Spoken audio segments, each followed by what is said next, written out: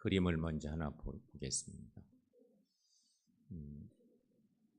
우리가 성경을 복음서를 읽다 보면 사실은 복음서가 딱 하나만 있으면 얼마나 좋을까요?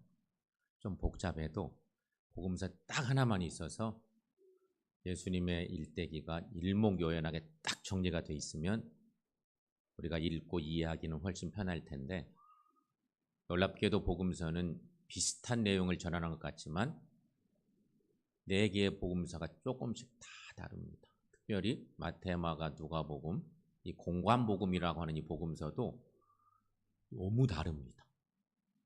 우리는 마태복음에 더 익숙한 첫 장이 첫 책이니까 누가복음은요, 이 잃은 양, 잃은 드라크마, 잃어버린 아들에 대한 이야기를, 주제가 같잖아요. 근데 놀랍게도 누가복음만 이 3가지 이야기를 한 장에 담습니다.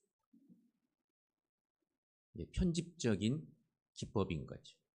이게 기록하는 방법의 특징인 거죠. 지금 문서 얘기를 하다 보면 그런 특징이 있습니다. 잘 아는 잃은 양의 비유는 마태복음에도 있습니다. 근데 누가복음에 있는 이 잃은 양 얘기는 잃은 양 얘기만 있지 않고 잃은 드라크마 얘기도 있고 잃어버린 탕자에 대한, 잃어버린 아들에 대한 이야기도 있습니다. 저 그림이 그걸 얘기하죠. 100마리 잃은 양 중에 1마리를 잃어버렸어요. 수치적으로 얘기합니다. 10개의 드라크마 중에 1 드라크마를 잃어버렸어요. 2 아들 중에 1 아들을 잃어버렸어요. 숫자가 자꾸 적어지죠? 1000마리 중에, 100마리 중에, 10마리 중에 조금은 잃어버린 것은 다 귀하고 소중하긴 하지만 이 기법이 조금 다릅니다.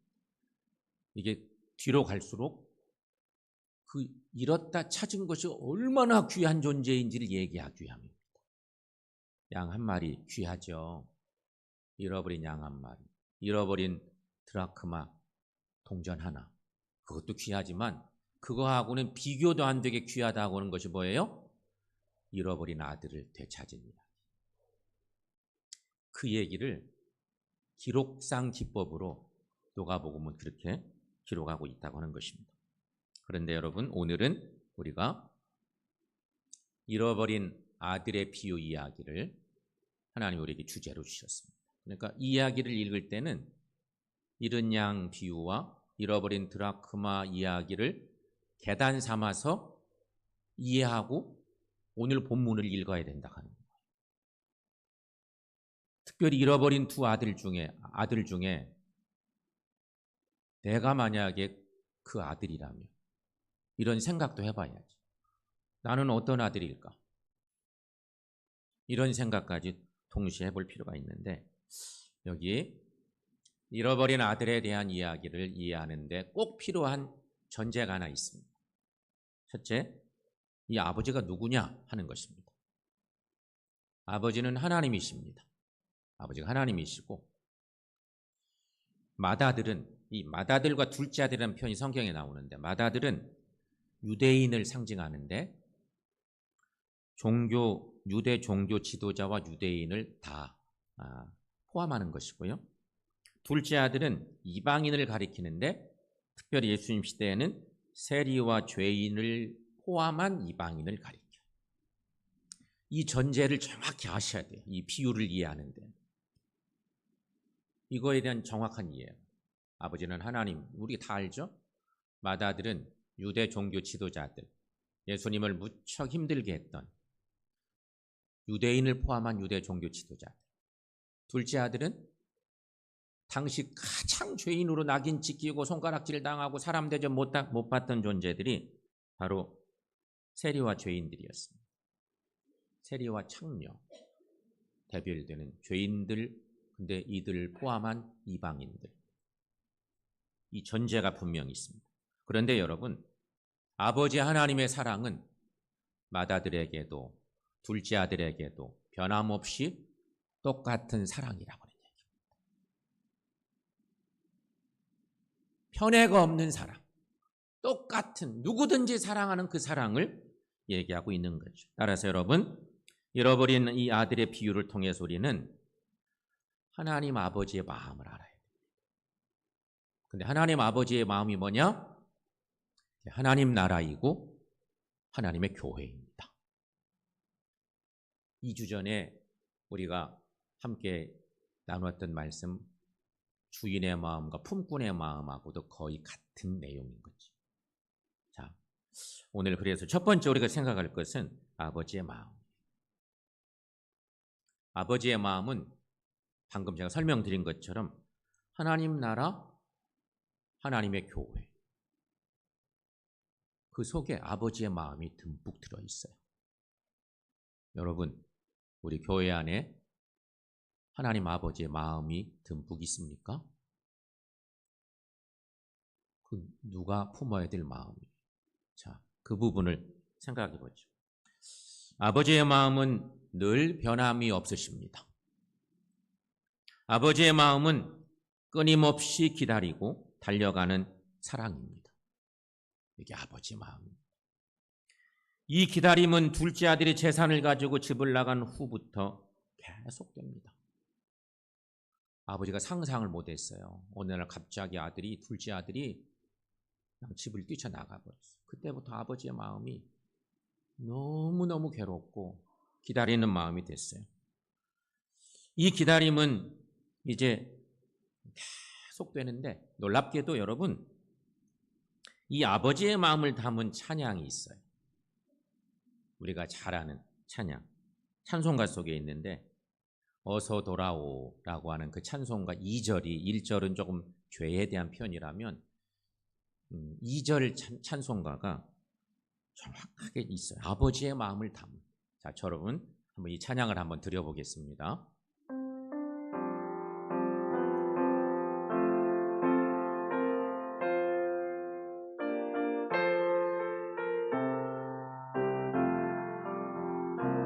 어서 돌아오, 어서 돌아마노,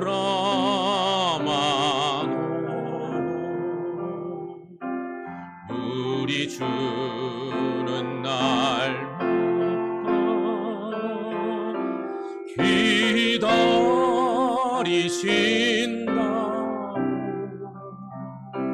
밤마다 문 열어놓고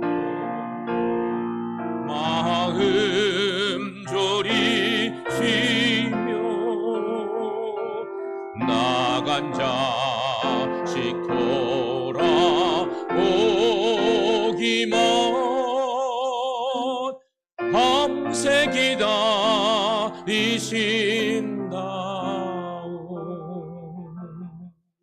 아멘. 이런 간절히 기다리는 이 마음이 아버지의 마음입니다. 근데 아들이 나가자마자 아버지는 이 마음을 마음에 딱 장착했습니다. 그냥 누가 그런 마음 심으라고 한 것도 아닌데 아들이 나가자마자 작동된 마음이 기다리는 마음이었습니다. 그 간절히 기다리는 그 마음 때문에 아직도 거리가 먼데도 아버지는 아들을 금세 알아보고 달려가서 목을 안고 입을 맞춥니다.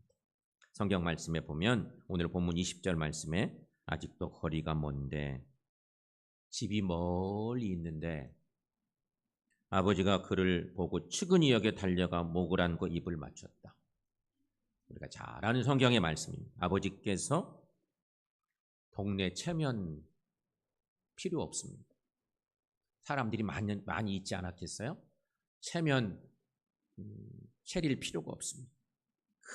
그냥 달려가서 집 나간 아들 끌어안고 그리고 무조건 받아들였습니다.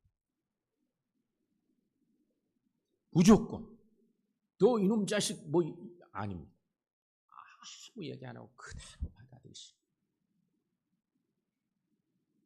아버지는 둘째 아들에게 제일 좋은 옷을 입히고 가락지를 끼우고 신을 신깁니다. 이것은 종이 아닌 아들의 자격을 즉시 회복시켜 주셨다는 증거인 것입니다. 말이 필요 없어요. 그냥 행동으로 아버지의 마음을 전하고 있는 것입니다.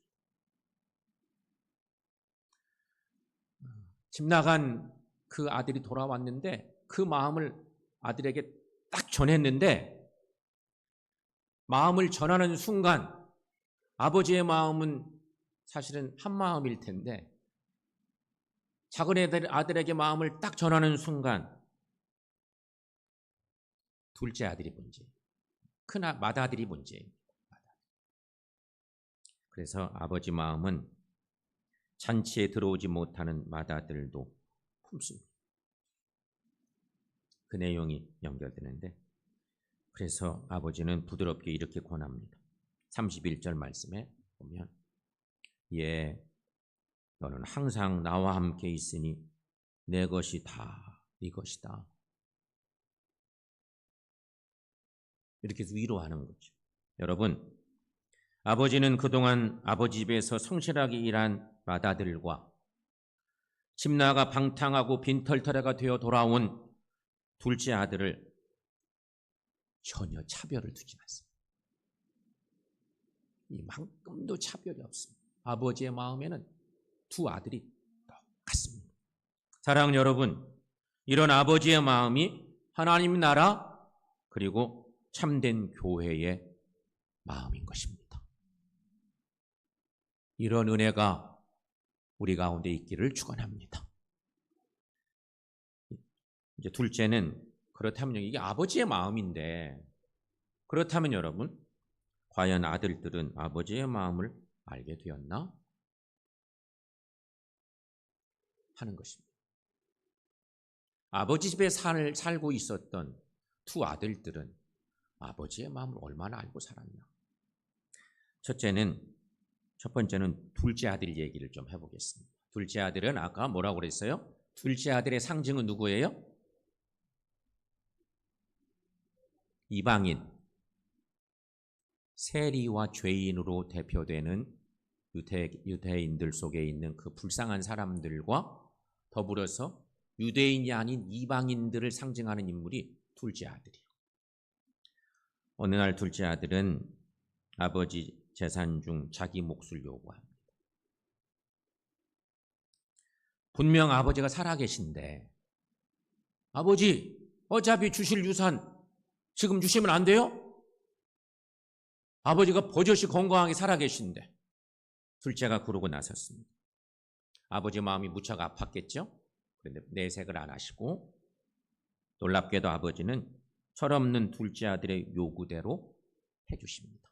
성경은 이렇게 증가합니다. 12절 끝부분에 보면 아버지가 그 살림을 각각 나눠 주었더니 그러니까 마지에게도 준 것 같아요. 성경상 이미 다 주었어. 맏아들에게도 떼주고 둘째 아들에게도 이미 나눠 준 거예요. 그리고 며칠 후 둘째 아들은 자기 몫의 유산을 가지고 아버지 집을 떠났습니다. 아버지 마음을 찢어놓고 그리고는 자기 몫에 어차피 받을 유산이니까 지금 받아서 더 좋을 때 이거 좀 써보려고 뭔가 해보려고 했는데 집을 떠났습니다. 그리고는 못된 친구들과 허랑방탕했습니다. 방탕한 생활로 아들은 결국 거지가 되고 말았습니다. 아버지는 아셨죠. 그래도 하도 그냥 아들이 성화를 되니까 그냥 허락했던 거예요. 거지로 살면서 처음으로 배고픔을 알았습니다. 아버지 집에 있을 때는 절대 배고플 줄 몰랐습니다. 그런데 자기가 강제로 아버지 집을 뛰쳐나가는 순간 허랑방탕한 생활을 했고 그리고 잘못된 친구들 만나서 자기 계획대로 된 일이 하나도 없이 빈털털이 됐는데 거지가 되고 말았습니다. 배고픔을 알고 더 나아가서는 죽음의 고비도 체험하게 됩니다. 죽게 되는 상황까지 간 거죠. 이쯤 되면 대부분은 돌아올 수 있는 거잖아요. 정말 감사하게도 이 아들은 그 죽음의 고비를 맞는 순간 아버지 집이 생각나고 아버지 집이 생각나는데 또 한 가지 놀랍게도 아버지 집의 품꾼들도 생각났다는 것입니다. 성경은 그렇습니다. 17절 말씀, 여러분 17절 함께 읽어보겠습니다. 이에 스스로 돌이켜 이르되 내 아버지에게는 양식이 풍족한 품꾼이 얼마나 많은가. 나는 여기서 줄여 죽는구나. 그래도 둘째 아들은 죄를 깨닫고 스스로 마음을 돌이킨 것이 너무너무 잘한 것입니다. 그리고는 스스로 속으로 다짐합니다. 이제 정말 생각을 돌이키고 나니까, 마음을 바꿔먹고 나니까 스스로 다짐하는 것입니다. 돌아가서 아버지를 뵐 낯이 없는 불충한 자기 모습을 알기 때문에 이제는 아버지의 아들이 아니라 품꾼으로라도 받아주세요. 이렇게 아버지에게 한번 부탁드려봐야지. 아버지 집 떠나올 때는 떼써가지고 내 목 달라고 막 떼써놓고 자기 목 받아가고 왔었는데 이제 돌아갈 낯이 없어.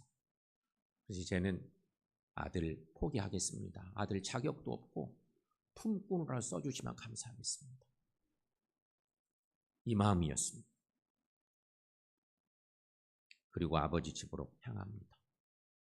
결단하고 아버지 집으로 향합니다. 성경은 증거합니다. 20절 말씀에 보면 이에 일어나서 아버지께로 돌아가니라. 이렇게 말씀하고 있습니다. 결단이 섰었기 때문에 작정하고 이제 아버지 집에 가는데, 갈 때 마음은 품꾼으로 써주시면 고맙겠다. 지난번 설교와 2주 전에 설교할 때 그랬잖아요. 노동자들보다도 오히려 정말 그 집에 살고 있는 종들이 훨씬 더 평안하고 그랬다고 하는데 어떤 그런 모습도 나타났죠. 자, 아버지 집으로 돌아가는 아들의 모습인데, 이 둘째 아들의 마음을 담고 있는 찬양도 하나 있습니다. 우리가 드리는 찬양, 오랫동안 드려왔던 찬양 중에 탕자처럼 방황할 때 이 찬양입니다. 여러분 이 곡도 한번 드려보겠습니다.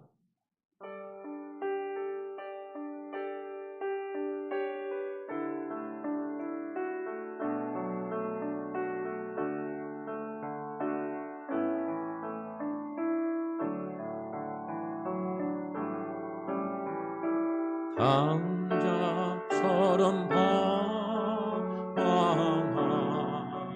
때도 애타게 기다리는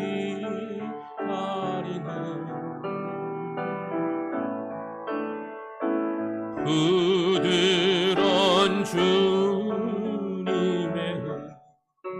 성이 내 마음을 먹이소.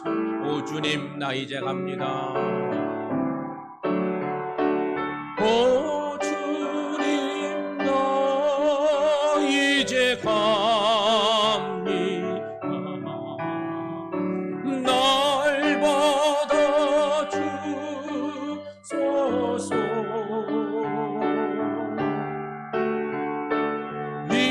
이제는 주님만 위하여 이 생명 다. 오 주님, 나 이제 갑니다.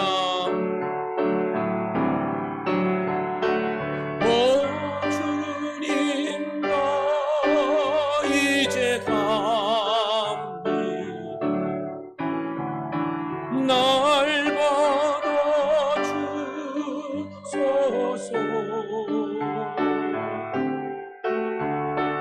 이제는 주님만 위하여 이 생명 바치리라.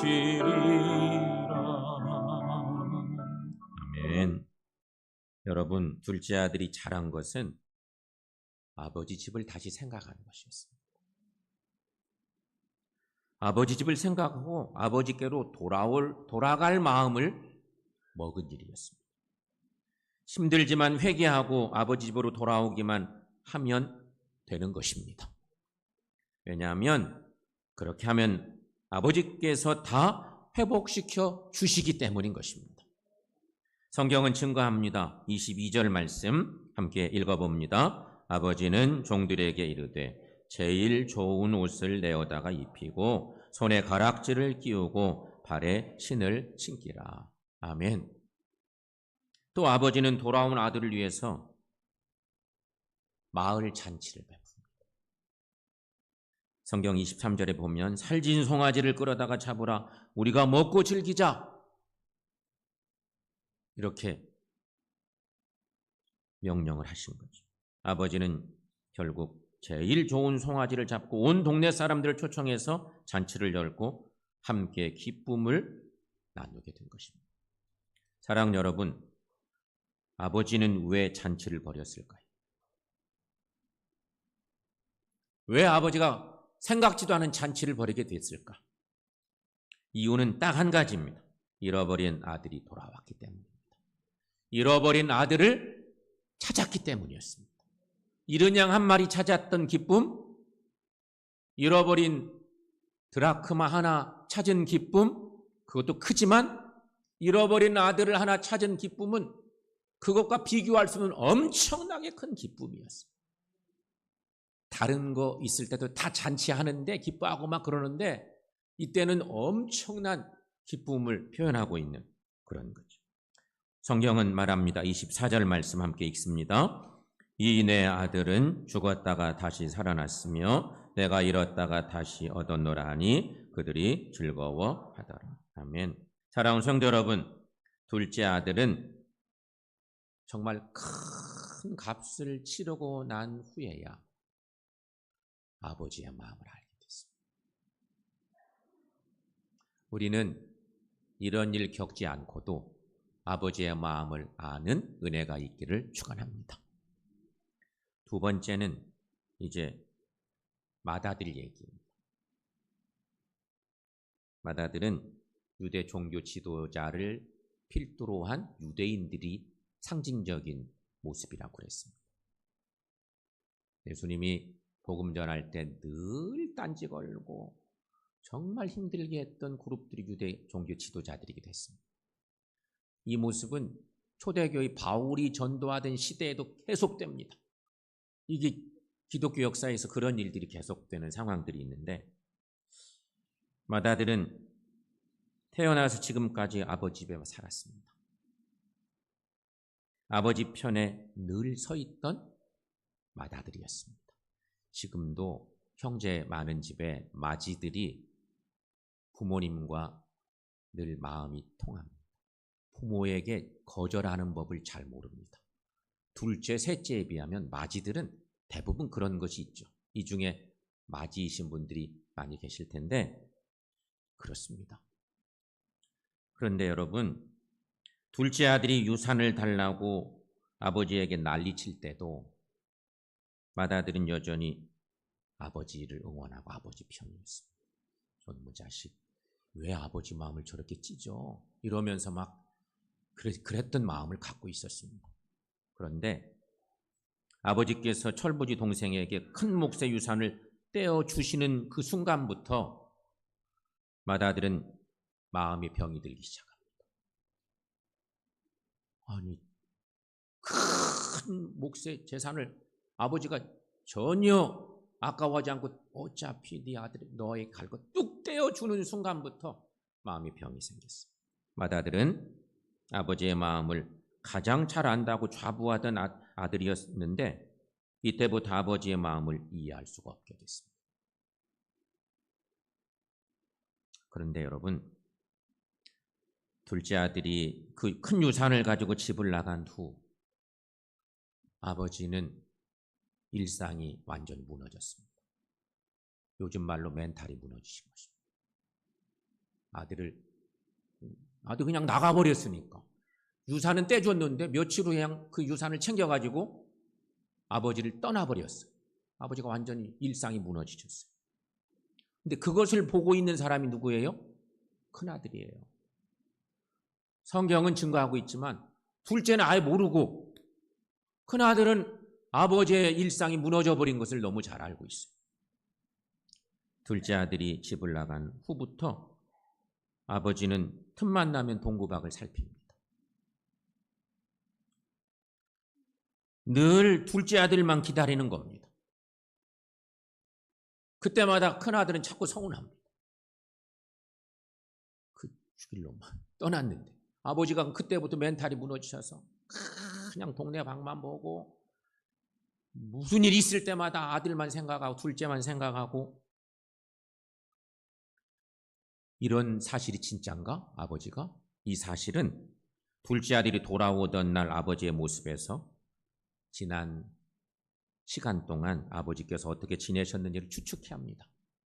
이 말씀 우리가 너무 잘 알죠. 다시 한번 그 말씀 보면 20절 말씀 여러분 자 거기 한번 읽어봅니다. 이에 일어나서 아버지께로 돌아가리라. 아직도 거리가 먼데 아버지가 그를 보고 측은히 여겨 달려가 목을 안고 입을 맞추니 아멘. 그동안 이렇게 변해버린 아버지이셨으니 맏아들은 아버지가 얼마나 싫었을까요? 맏아들은 자신이 아버지의 마음을 가장 잘 안다고 자부했던 사람이었습니다.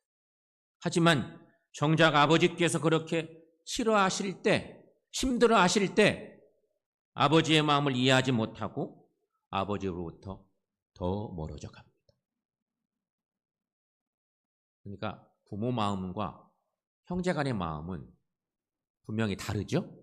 그건 분명히 다릅니다. 부모님의 마음은 맏아들도 둘째 아들도 똑같이 사랑하는 마음인데 부모님이 그렇게 한쪽에 마음을 쏟는 순간 맏이는 자꾸만 병들어 가고 있었던 것입니다. 한편 맏아들의 마음이 결정적으로 폭발한 것은 꼭 죽은 줄로 알았던 동생이 돌아왔을 때였습니다. 이놈 나갔으니까 아예 그냥 죽어버리지. 이런 마음이 맏이에게는 있었을 수도 있습니다. 동생이 귀한 동생이 돌아왔을 때 맏이는 그 감정이 폭발합니다. 그 머저리 같은 동생이 돌아왔을 때 아버지는 회초리를 드시는 것이 아니라 극진히 환대하며 동네 잔치를 열었기 때문이었습니다. 불러다 놓고 막 이놈의 자식 그러면서 막 호통을 치고 그랬어야 맞을 것 같는데 맏이가 볼 땐 전혀 내색 않고 그대로 끌어안고 잔치를 베풀고 환대를 했으니 이런 아버지를 보면서 맏이는 화가 폭발하고 말았습니다. 성경은 증거합니다. 오늘 본문 중에 28절 말씀 28절로 이어서 쭉 나오는 그 말씀 자 이어지는 쭉 말씀 함께 읽어보겠습니다.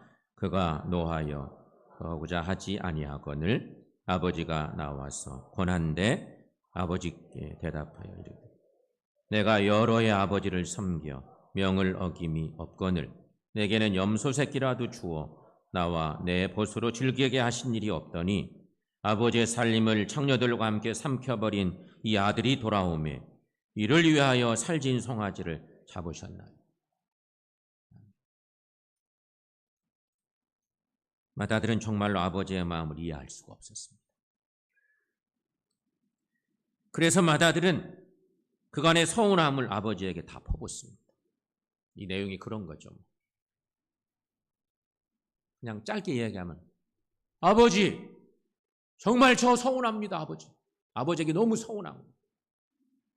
서운한 마음 너무 많아요. 아버지 저만 뼈 빠지게 고생하고 몇 년 동안 이놈은 이랬는데 알아주시지도 않고 아버지 그럴 수 있어요?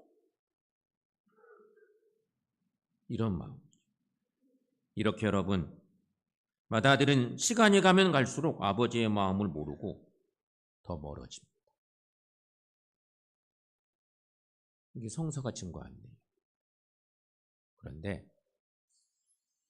그 복잡한 심경들을 성경이 다 얘기할 수는 없잖아요. 아버지가 알았어요. 이 큰 놈은 늘 내 편이고 어떤 상황에 와도 이해할 줄 알았는데 알고 보니 그러지 않았던 거예요. 둘째에게 그냥 마음이 쏘여서 그냥 이놈은 살아서 돌아와야 되는데 이렇게 마음을 쏟고 당신의 멘탈이 완전히 무너졌는데도 온 마음을 쏟고 있는데 아버지의 마음을 잘 알 것 같던 맏이가 전혀 다른 행동을 보임에 아버지가 얼마나 마음이 아팠을까요? 성경은 그거 다 침묵하고 마지막에 아버지가 맏아들에게 이렇게 말씀합니다. 본문의 마지막 부분쯤에 31절, 32절에 있는 말씀인데, 자, 여러분 거기 한번 읽어봅니다. 아버지가 이르되 예 너는 항상 나와 함께 있으니 내 것이 다 내 것이로되 이 내 동생은 죽었다가 살아났으며 내가 잃었다가 얻었기로 우리가 즐거워하고 기뻐하는 것이 마땅하다 아니라. 여러분, 이것이 하나님의 마음입니다. 이게 하나님의 마음. 잃어버린 아들을 하나님이 얼마나 기뻐하시는지.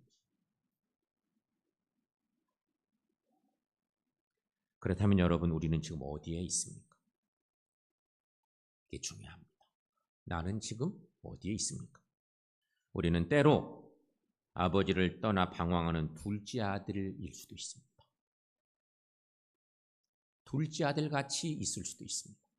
그런가 하면 집안에서 아버지 집에 있지만 늘 불평과 시기로 가득 찬 맏아들일 수도 있습니다. 정작 예배드리고 하나님을 늘 만나고 고백하고 그렇게 살면서 아버지 마음을 못 품고 살고 있는 우리의 모습일 수 있다는 것입니다. 사랑하는 여러분, 이제 늘 변함없고 그리고 사랑의 마음으로 늘 달려가시는 아버지의 마음을 품고 사는 우리 모두가 되십시다. 성도의 삶은 그런 것입니다.